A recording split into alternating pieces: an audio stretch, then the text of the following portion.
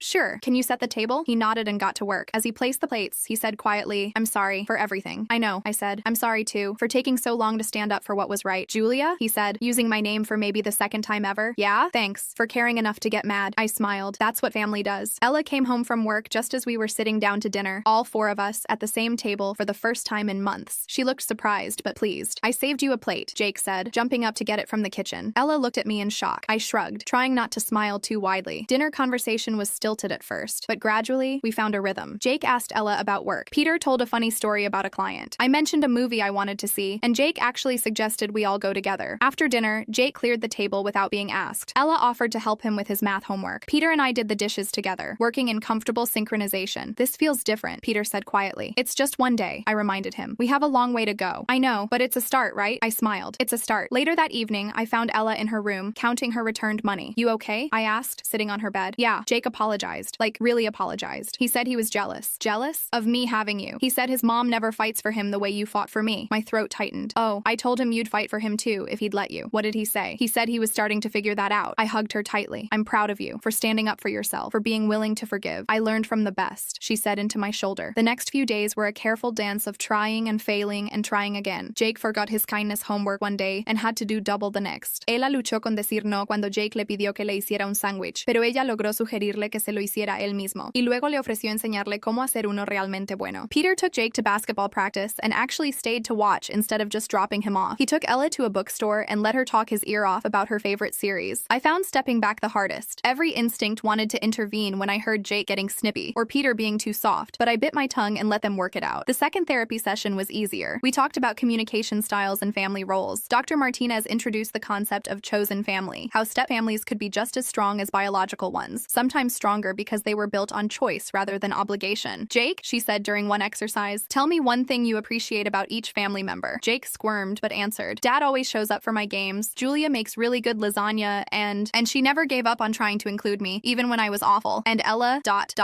He paused, looking at his stepsister. Ella never told Dad about the worst stuff I said to her. She protected me even when I didn't deserve it. Ella wiped her eyes. You're my brother. That's what siblings do. I haven't been a very good brother, Jake admitted. So be better, Ella said simply. Starting now. 3 weeks into therapy, we had our first major test. Jake's mother called. Her yearly check-in, Peter called it bitterly. Jake was excited, telling her about school, basketball, everything except the family therapy and the recent drama. When she promised to visit soon, his whole face lit up. She never showed. Jake waited by the window all Saturday. By evening, he was in tears. Not angry tears, heartbroken ones, the kind that made him look like the lost little boy he really was under all that attitude. Peter held him while he sobbed. Ella made his favorite cookies, and I did what I'd always done. I showed up. I sat with them in the living room, not saying anything, just being present. Why doesn't she want me? Jake asked through his tears. I don't know, buddy, Peter said honestly, but it's not about you. It's about her and her own issues. We want you, Ella said quietly. All of us. Jake looked at me uncertainly. I nodded. Every difficult, stubborn, occasionally sweet inch of you. He almost smiled. I'm not sweet. You helped Mrs. Chen with her groceries yesterday, I pointed out. That was sweet. You saw that? I see more than you think. That night, Jake ate dinner with us without being asked. He even laughed at one of Peter's terrible dad jokes. It wasn't perfect. We weren't perfect, but we were trying. The next therapy session, Dr. Martinez smiled when she saw us. You all look different, lighter. We had a rough weekend, Peter explained about Jake's mother, but we got through it together, Jake added quietly. That's what families do, Dr. Martinez said. They show up for each other. We spent that session talking about reliability and trust, how it was built slowly and destroyed quickly, how Jake's mother's absence had taught him not to trust women, not to believe they'd stay, how that had poisoned his relationship with me and Ella from the start. But they stayed, Jake said suddenly. Even when I was horrible, they stayed. How does that feel? Dr. Martinez asked. Scary, he admitted, but also good. We were given new homework. This time we had to plan a family activity together, something everyone would enjoy. The catch? Jake and Ella had to plan it together. I watched them at the kitchen table that evening, heads bent over Ella's laptop, debating options. They settled on a basketball game. The local team Ella had started following was playing that weekend. But you have to teach me about the players, Ella negotiated, so I know who to cheer for. Deal, Jake agreed, but you have to wear the team colors. Deal. The game was loud and chaotic and perfect. Jake explained plays to Ella with patience I didn't know he possessed. Ella cheered enthusiastically, making Jake laugh with her creative trash talk. Peter bought everyone overpriced nachos and sodas. I took pictures, capturing moments I'd thought we'd never have. When the home team won, Jake high-fived Ella so hard she yelped. Then he caught himself and apologized, but she just laughed and hit him back just as hard. That's my brother, she told the confused woman next to us. He's teaching me about basketball. Jake's ears turned red, but he smiled. The ride home from the game was different than any car ride we'd had as a family. Jake and Ella were actually talking, debating whether the referee made the right call in the third quarter. Peter kept glancing in the rearview mirror with this expression I hadn't seen in years. Hope. When we got home, Jake headed straight for the kitchen and started making himself a sandwich. Then he paused and looked at Ella. Want one? She blinked in surprise. Sure, thanks. I watched from the doorway as he carefully made 2 sandwiches, even remembering that Ella didn't like mustard. It was such a small thing, but it felt monumental. The next few weeks continued with baby steps forward and occasional stumbles back. Jake started doing his homework at the kitchen table instead of hiding in his room. Ella aprendió a decir no cuando estaba demasiado cansada para ayudar. Peter and I presented a united front when making decisions. Dr. Martinez called it relearning how to be a family. Then came the day everything almost fell apart again. It was a Tuesday afternoon. I'd gotten home early from work and was sorting mail when I heard shouting from upstairs. Jake's voice, high and angry, followed by a crash. I took the stairs 2 at a time and found Jake in his room, his face red and twisted with rage. His laptop was on the floor. The screen cracked. Ella stood in the doorway looking shaken. What happened? I asked. Jake pointed at Ella with a shaking finger. She told Dad I was failing math. She promised she wouldn't tell. Ella's eyes filled with tears. I didn't mean to. He asked how tutoring was going and it just came out. You're such a snitch, Jake yelled. I trusted you. Peter appeared behind me, having heard the commotion from his home office. What's going on? Your son is failing math and has been lying about it, I said, piecing things together, and apparently convinced Ella to cover for him. Peter's face darkened. Jake, is this true? Jake's anger crumbled into something closer to panic. I was going to fix it. I just needed more time. How long have you been failing? Peter asked. Jake looked at the floor. Since the beginning of the semester. 3 months? Peter's voice rose. You've been lying for 3 months? I didn't want to disappoint you, Jake burst out. You already think I'm a screw-up because of the incident with the money. I don't think you're a screw-up, Peter said, his voice softening. But lying makes everything worse. You know that. Jake slumped onto his bed. My teacher says I need a C on the final or I'll have to repeat the class. When's the final? I asked. Next week. Ella stepped forward hesitantly. I can help. I mean, if you want. I aced that class last year. Jake looked up at her, his expression unreadable. Why would you help me? I just screamed at you. Because that's what family does, Ella said simply. Even when they're mad at each other. Something shifted in Jake's face. He nodded slowly. Okay, yeah, please. The next week was intense. Ella and Jake spent hours at the kitchen table, going over equations and practice problems. Peter and I took turns bringing them snacks and encouragement. Even when Jake got frustrated and snapped at Ella, she stayed patient. You're not stupid, I heard her tell him one evening. You just learn differently. Here, let me show you another way. The night before the final, Jake was a nervous wreck. He couldn't eat dinner, just pushed food around his plate. What if I fail anyway? He asked quietly. What if all this work was for nothing? Then we'll figure it out together, Peter said firmly. But you're not going to fail. You've worked too hard. Ella's been working hard too, Jake said, glancing at his stepsister. I haven't even thanked her. You just did, Ella smiled. The day of the test, I drove Jake to school early. He sat in the passenger seat, frantically reviewing his notes. Jake, I said gently, you've got this. He looked at me, really looked at me, for maybe the first time. Thanks, Julia, for everything. Always, I said, meaning it. That afternoon, we all waited anxiously for Jake to come home. When he walked through the door, his face was unreadable. Well, Peter asked. Jake held up his test paper. B-.